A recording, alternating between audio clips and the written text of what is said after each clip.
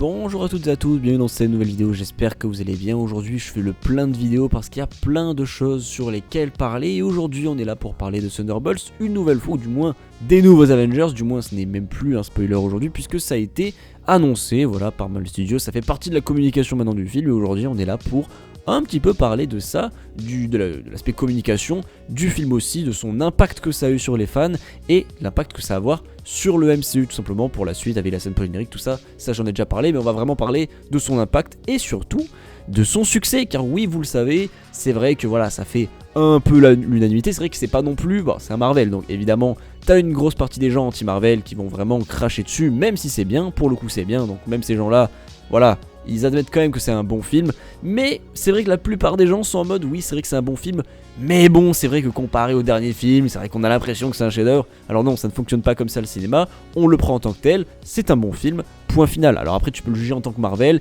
et je peux vous assurer qu'en tant que Marvel, ça fait très longtemps qu'on n'a pas vu un aussi bon film d'action, voilà, donc de team-up et tout, avec cette équipe de super-héros, enfin d'anti-héros plutôt, qui deviennent donc des super-héros, et deviennent donc la nouvelle équipe des nouveaux Avengers. Donc là-dessus, sur l'aspect purement narratif de ce que ça raconte, en prenant ces personnages-là, donc ce genre de personnages qui sont un petit peu donc oubliables, oubliés d'eux un peu de tous, on va faire un petit peu le tour, mais John Walker, on l'a vu que dans la série The Falcon and the Winter Soldier qui est sortie il y a 5 ans je crois maintenant, ça date un petit peu. Et Yelena Belova qui est peut-être la plus connue et la moins oubliée on va dire, hein. Je pense même pas qu'elle est oubliée en soi, puisque c'est directement la sœur donc adoptive évidemment de Natasha Romanoff, donc Black Widow, qui sort un petit peu nulle part dans Black Widow au final, c'est vrai, mais voilà, on la revoit donc plus tard dans la série Hawkeye. On la revoit également plus d'une fois je crois dans What If. Dites-moi si je me trompe, mais je crois que c'est un peu tout. Et après du coup dans Thunderbolts. Donc c'est pas un personnage inconnu non plus. On la connaît, on connaît son lien avec Natasha aussi.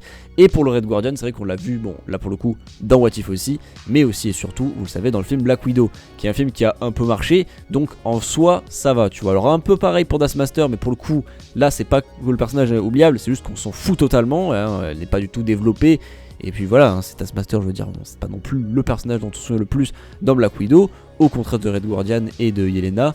Et ensuite pour Ghost évidemment, bon là, c'est vrai que ça fait partie un petit peu des personnages qui ont le plus, pris en ampleur on va dire, en importance aussi dans le film, parce qu'à la base, Avastar, c'est vrai que bon, dans Ant-Man and the Wasp, c'est cool, c'est un méchant très oubliable, mais voilà, son histoire est intéressante, son lien aussi du coup avec Hank Pym, etc. Enfin voilà, il y a tout un lien aussi là-dessus.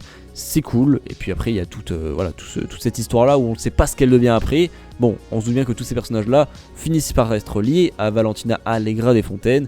Là aussi niveau narration on va dire, l'histoire vraiment du film, et comme j'en avais parlé dans ma vidéo, je trouve que le film est vraiment correct, vraiment bon là-dessus. Il n'y a pas trop de scènes inutiles, c'est un film qui gère bien son ambiance, qui gère bien ses personnages, et qui arrive à les rendre importants et à les rendre attachants. Et ça c'était quand même un miracle, hein, parce que John Walker, tout le monde s'en carre le cul, Ghost n'en parlons pas, et au final ils ont vraiment réussi à leur donner un destin, un glorieux destin, un petit peu comme dans Loki évidemment. Et donc au final ça donne une bonne équipe de super-héros, bon sauf Taskmaster, mais là je pense qu'ils ont abandonné et ils l'ont tué direct. Mais voilà, donc à part ça, très content du film. Et puis évidemment le gros plus, comme on l'avait dit, c'est Sentry, clairement là pour ce que ça apporte dans le MCU. Ça apporte, alors moi j'ai vraiment de très gros doutes sur le fait qu'ils vont bien l'utiliser. Je pense que ça va vraiment être un peu comme Captain Marvel, un Hulk, voilà, on sait pas trop quoi faire parce qu'il est vraiment cheaté. C'est pareil avec Captain Marvel, elle a été introduite donc avec son film qui sort juste avant Endgame, où à la fin on utilise son arrivée, etc. Même à la fin d'Infinity War, on avait du coup ce teasing là avec Captain Marvel. Et puis au final, elle est pas là. Voilà, elle est pas là du tout le film. Juste à la fin, elle arrive en mode voilà, j'arrive, je défonce tout le monde. Puis elle se fait un peu nerf puisqu'elle se fait démonter par une seule pierre d'infinité. C'était un petit peu voilà tout un bordel et ça avait causé une petite polémique sur le personnage. Au final, c'est vrai que jusqu'à maintenant, Captain Marvel aurait même pu faire partie de l'équipe, hein, tellement je pense que tout le monde s'en fout, et son dernier film n'a absolument pas marché. Pour être honnête, je ne sais même pas ce qu'ils vont faire dans Doomsday, enfin, de toute façon elle n'est même pas encore annoncée, ou même dans Secret Wars, parce que je ne vois pas trop son rôle. Et puis après du coup, Sentry qui est là pour le coup, fait partie des personnages les plus puissants de l'univers Marvel et les plus complexes aussi dans sa psychologie. Et dans Marvel, c'est un peu l'erreur aussi du personnage, c'est qu'il est tellement puissant qu'il l'utilise vraiment que comme arme secrète. Quand c'est vraiment trop la merde, il l'appelle. J'ai malheureusement peur que ce soit comme ça. Alors après, évidemment, le retour du Void est vraiment teasé, même dans la scène post-générique où Bob dit en fait c'est très simple, si je reviens, le Void peut potentiellement revenir. Donc si vous prenez le risque que Sentry revienne, il faut prendre le risque aussi que le Void revienne, et là ça va être une autre histoire. Donc je pense que dans Doomsday ou dans Secret Wars, il y aura possiblement un sacrifice comme ça, peut-être du personnage qui va prendre potentiellement de l'ampleur. Je sais pas comment, niveau structuration du récit, ça va se passer avec Sentry, mais il a annoncé au casting, donc il est là. S'il est là dans Doomsday, logiquement il est là dans Secret Wars, parce qu'on sait que les deux tournages, je crois, enfin, en gros c'est vraiment fusionner les deux, je crois que c'est vraiment quasiment sur le même tournage, ils tournent les deux films, il me semble qu'il y a un truc comme ça, si je ne dis pas de bêtises, en tout cas pour Infinity War et Endgame c'était la même, donc voilà, peut-être que ça va se passer comme ça. Après, voilà, Bob, c'est un personnage très complexe dans les comics aussi, il perd plusieurs fois la mémoire il me semble, notamment une grosse fois où en gros tout le monde l'a oublié, un peu comme à la manière de Spider-Man où tout le monde l'a vraiment oublié, c'est-à-dire ils savent même plus qu'il existe, alors que Spider-Man, les gens savent qu'il y a Spider-Man, mais ils savent même plus que c'est Peter Parker. Là pour Bob, du coup je pense que peut-être dans le Battle World ou un truc comme ça, il redeviendra Bob mais totalement random, et je pense que, alors soit peut-être à la fin du coup de Secret Wars, un truc comme ça, mais en tout cas il y aura un truc avec ce personnage, peut-être que dans le Battle World il sera réellement Sentry, et du coup après il va perdre la mémoire, et donc là on aura vraiment un arc et peut-être en vrai un film Sentry, puisque je crois que Sentry est vraiment lié aux X-Men, et on sait que le prochain film X-Men sera potentiellement réalisé par le réalisateur des Thunderbolts, donc évidemment il y a tout un lien là-dessus. Donc clairement en termes d'impact, je veux dire, même avec la scène post-générique qui a vraiment marqué pour le coup, même si il y a beaucoup de gens qui ont dit oui c'est pas dingue parce que c'est vrai qu'on s'y attend les 85, alors à ce niveau là on s'attend à tout, parce que beaucoup de gens ont dit ils auraient au moins pu nous montrer Robert Downey Jr. Le problème c'est que même là on sait en vrai, donc cet argument là n'est pas valable, parce que même Robert Downey Jr. on sait que c'est Doctor Doom, on le sait depuis plus d'1 an, donc à ce niveau là on aurait même pu dire de cette scène post-générique. Bon voilà, pour le coup il faut le dire, ils ont fait une vraie bonne scène post-générique, ça hype, même si évidemment on se doute qu'ils arrivent. Après il y a toute une théorie aussi sur le fait que ce soit Doctor Doom dans le vaisseau des 86, enfin bref, il y a plein de théories comme ça. En tout cas ça apporte aussi, et là comme je vous le dis, juste la scène post-générique fait parler, niveau théorie aussi, niveau ambiance, il y a quelque chose, enfin voilà, et ça apporte aussi quelque chose parce que c'est les nouveaux Avengers, il y a toute une nouvelle direction artistique aussi avec ces Avengers là qui est pas terrible, mais bon ça fait rire aussi, ça fait partie du délire, donc il y a vraiment un impact très positif je trouve, au niveau de la narration, au niveau de la hype, puisque du coup ça génère des théories. Donc clairement le film là-dessus coche toutes les cases, et après comme je vous l'ai dit, du box-office. Malheureusement au début ça commençait pas très bien, et puis là apparemment selon Forbes toujours, donc on a apparemment dépassé les 260 millions de dollars donc au box-office mondial.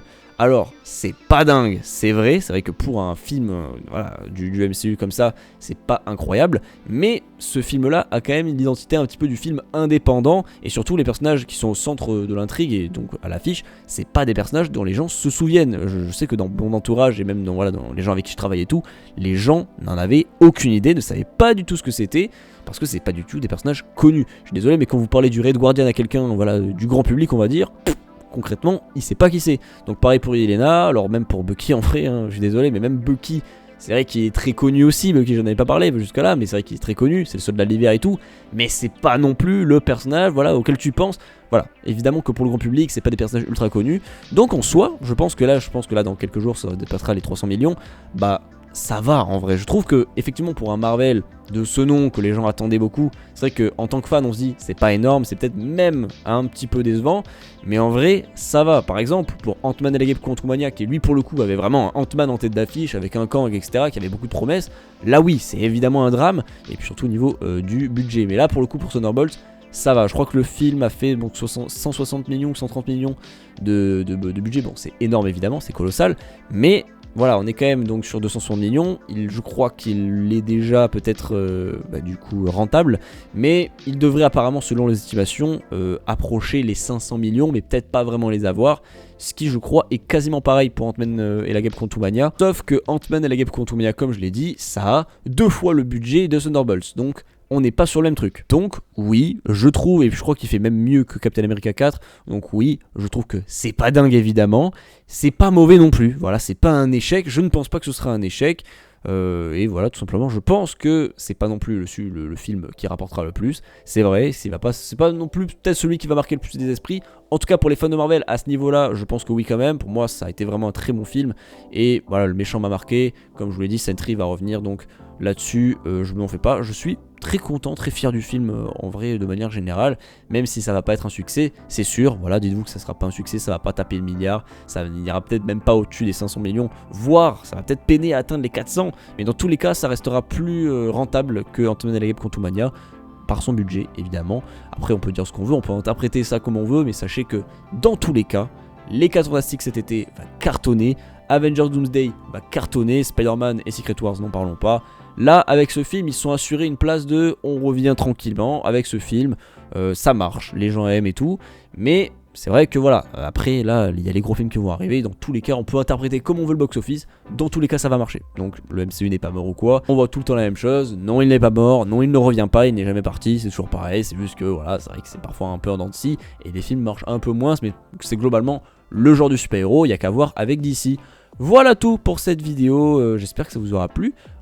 Conclusion en vrai, donc Thunderbolt, du coup les nouveaux Avengers, c'est un bon film, c'est un très bon film Marvel, un très bon film d'action, un très bon film du genre, et ça va être un succès, pas incroyable, c'est vrai, mais ça va pas être non plus un flop, ça c'est officiel, on le sait grâce aux chiffres, et puis aux estimations qui globalement sont, alors fiables, oui, mais bon, voilà, on peut s'attendre quand même à ce qu'il dépasse les 400 millions, je pense pas non plus me tirer une balle dans le pied en disant ça, je pense que oui. Donc voilà, à la prochaine, portez-vous bien, ciao.